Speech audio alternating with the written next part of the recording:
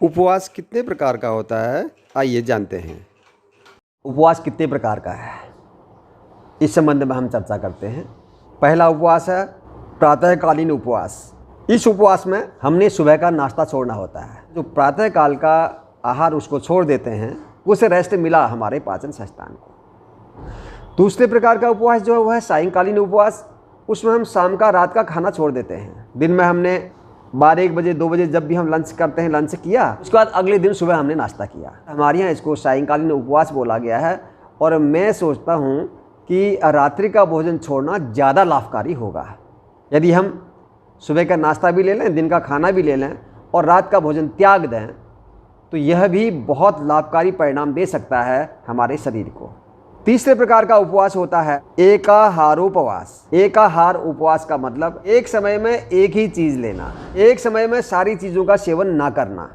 इसके विस्तार में वर्णन हम जब आहार चिकित्सा की बात करेंगे आगे, उसमें मैं चर्चा करूँगा कि एक समय में एक ही प्रकार का आहार लेना, यह एकाहारोपवास है।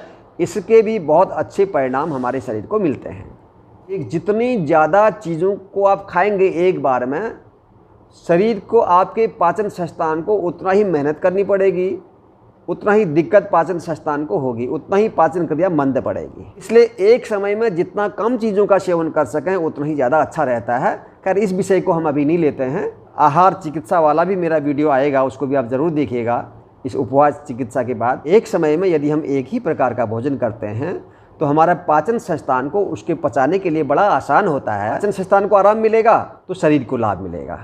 अगला जो उपवास है चौथा, वह रसोपवास। जो रसदार फल होते हैं उनका रस हो गया, जूस हो गया, साग सब्जियां, उनका रस निकाल के उनका सूप हो गया, केवल इसका सेवन करना, यह रसोपवास कहलाता है।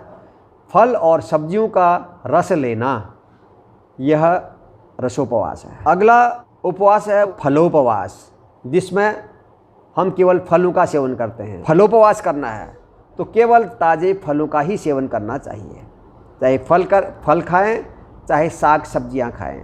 फलोपवास का मतलब दिन में 1-2 बार केवल फल लिए जाएं या सब्जियां ली जाएं, तो वह है फलोपवास। फिर अगला उपवास होता है दुग्धोपवास।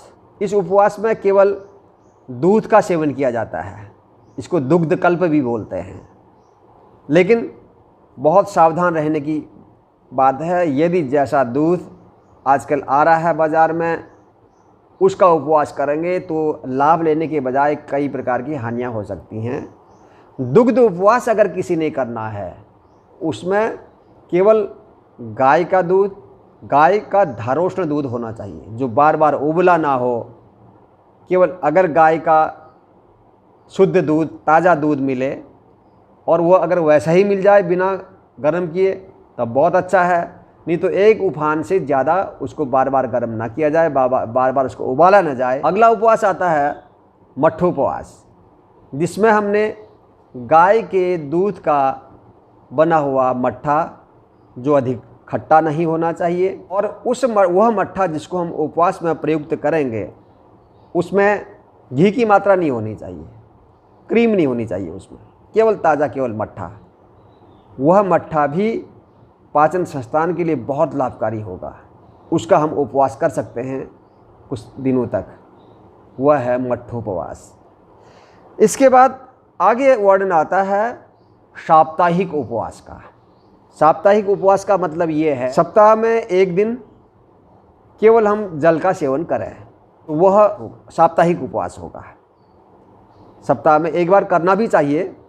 सप्ताह में एक बार तो कम से कम पूर्ण उपवास होना चाहिए। उसको हम साप्ताहिक उपवास कहते हैं। पूर्ण उपवास क्या है? पूर्ण उपवास में केवल शुद्ध जल का ही सेवन करना है। अब यह उपवास, बाकी और उपवास तो आप बहुत लंबा कर सकते हैं, उससे कुछ दिक्कत भी नहीं आने वाली है। जब पूर्ण उपवास करते हैं तो उस उपवास में शरीर में कई प्रकार की दिक्कतें आती हैं, मन कमज़ोर हो जाता है, में भी वीकनेस आ जाती है। तो रोग को दूर करने की दृष्टि से, तेज़ी से शरीर के विष को बाहर फेंकने की दृष्टि से सबसे महत्वपूर्ण उपवास है। वास्तव में उपवास है ही यही, जैसे आपने आरंभ में इसकी परिभाषा में सुना। तो यह पूर्ण उपवास ही इस दृष्टि से लाभप्रद है रोग नाश की दृष्टि से समस्त प्रकार से शरीर को एकदम शुद्ध कर देता है पूर्ण उपवास। सभी प्रकार के टॉक्सिन्स को शरीर से बाहर निकाल देता है, पूरे विष की समाप्ति कर देता है, शोधन कर देता है शरीर का पूर्ण उपवास। लेकिन पूर्ण उपवास करने से पहले बहुत आवश्यक है उसके बारे में समझना, कैसे आरंभ करें, कितने दिन का आरंभ करें, कैसे तोड़ें, उपवास काल में क्या करें, इसके संबंध में भी आगे हम चर्चा करेंगे। एक है फिर लघु उपवास। एक तो साप्ताहिक उपवास है, तो लघु उपवास में क्या होता है, 3 दिन से लेकर 7 दिन तक केवल जल का सेवन करना है, पूर्ण उपवास करना है। 3 दिन से 7 दिन का उपवास जो होता है इसको हम बोलते हैं लघु उपवास। पहले कैसे आरंभ करना चाहिए, देखिए मैं एक चीज़ और आपको बताऊं। आरंभ में फल उपवास रखने चाहिए जो लगभग लोग रखते हैं, फिर रसोपवास भी करना चाहिए, आपका अनुभव हो जाएगा।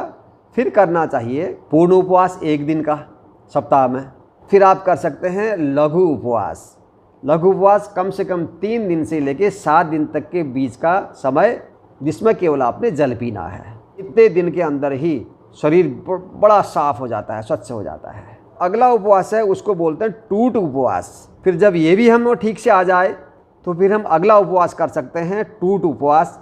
टूट उपवास का मतलब यह है कि 3 से 7 दिन तक, अगर हमने मान लिया जाए 5 दिन का उपवास किया या 4 दिन का उपवास एक बार में किया है, फिर हमने उसको तोड़ा, अभी तोड़ने का तरीका मैं बताऊंगा आपको।